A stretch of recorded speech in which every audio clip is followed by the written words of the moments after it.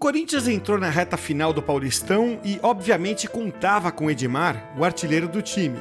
Só que, do nada, ele foi convocado para a seleção, ficou fora das finais e nunca mais voltou. Isso aconteceu em 88. O Edmar estava em boa fase e marcava um gol atrás do outro. Mas, primeiro vamos entender quem era o Edmar. Bom, ele era o típico atacante matador. Tinha tido boas passagens por vários clubes no começo dos anos 80, como Cruzeiro, Grêmio, Flamengo e Guarani. Em 86, o Edmar jogava no Palmeiras e disputava a condição de titular com o Mirandinha, que, aliás, anos depois também jogaria pelo Corinthians. E aí entra um detalhe. Nos anos 80, ainda estava em vigor a lei do passe. O Edmar era dono do próprio passe e o contrato dele com o Palmeiras terminaria no dia 30 de setembro de 86. Ele queria vender o passe para o próprio Palmeiras por 920 mil cruzados, o equivalente a 66 mil dólares na cotação da época. E ele também queria um aumento salarial de 15%.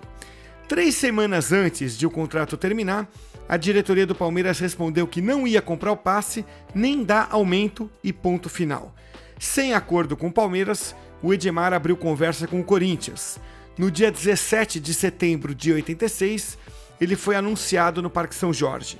O Corinthians pagou 125 mil dólares pelo passe, bem mais do que o Edmar pleiteava na negociação com o Palmeiras. 3 dias depois, ele já podia estrear. E estreou bem, viu? Fez o segundo gol da vitória por 3-2 de virada sobre o Flamengo no Maracanã, num jogo debaixo de muita chuva.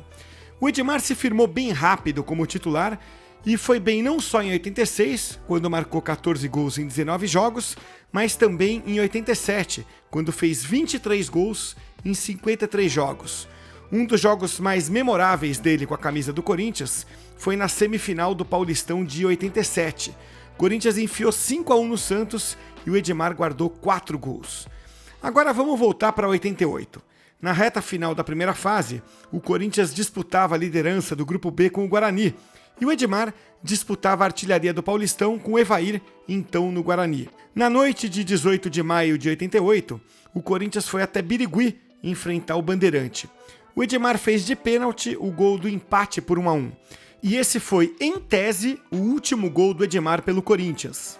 Em tese, porque o Bandeirante e a Ponte Preta tinham sido rebaixados no Paulistão de 87, mas ficaram indignados porque o regulamento mudou no meio do campeonato e entraram na Justiça Comum. Eles seguiram na primeira divisão graças a uma liminar que a Justiça cassou no dia 8 de junho de 88. Conclusão: todos os jogos do Bandeirante e da Ponte Preta no Paulistão de 88 foram anulados e o gol do Edmar também foi anulado.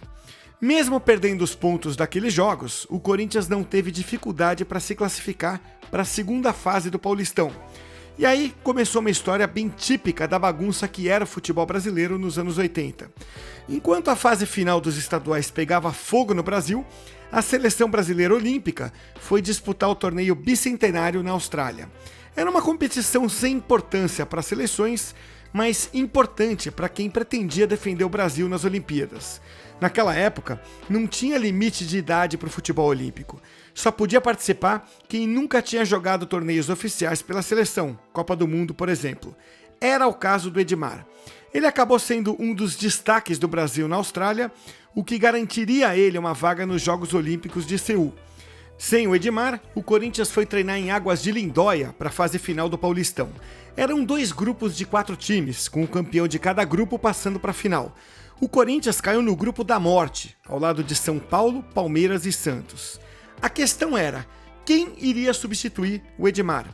Uma boa opção era o Marcos Roberto, atacante jovem que tinha subido da base em 87. E assim foi feito nos primeiros jogos da segunda fase, nos empates com o São Paulo e o Palmeiras e na vitória sobre o Santos. Mas foi justamente nesse jogo contra o Santos que o técnico Jair Pereira ganhou um problema. Embora tenha vencido o clássico por 3-2, o Marcos Roberto caiu e quebrou o braço. A revista Placar disse que a fratura foi em 3 lugares e a Folha de São Paulo disse que foi em 4. Bom, tanto faz, ele estava fora das finais. O Jair Pereira improvisou e o Corinthians seguiu adiante. empatou de novo com São Paulo, empatou de novo com Palmeiras e ganhou de novo do Santos na última rodada. Com isso, deixou os rivais para trás e se classificou para a final com o Guarani. O problema é que o Edmar seguiu com a seleção em amistosos na Europa e de lá acertou a transferência para o Pescara da Itália. Nunca mais voltou para o Corinthians. Aí, para as finais, o Jair Pereira decidiu que precisava ter um atacante, nem que fosse para ficar no banco. A saída foi buscar na base e lá ele descobriu um garoto de 18 anos. O nome dele? Viola. A história você conhece. O Viola entrou e fez o gol do título no Brinco de Ouro da Princesa. Depois ele viraria ídolo do Corinthians e ainda seria campeão da Copa de 94. No final, foi uma história com um final feliz para todo mundo. O Corinthians foi campeão paulista.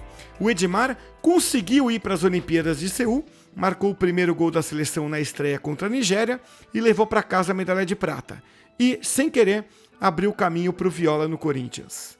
E você, no lugar do Edmar, teria escolhido jogar as finais do Paulistão ou seguir com a seleção? Conta aí nos comentários. Deixa o like no vídeo e se inscreve aqui no canal Memória Fiel para reviver mais fatos pitorescos da história do Timão. Obrigado e até a próxima, hein?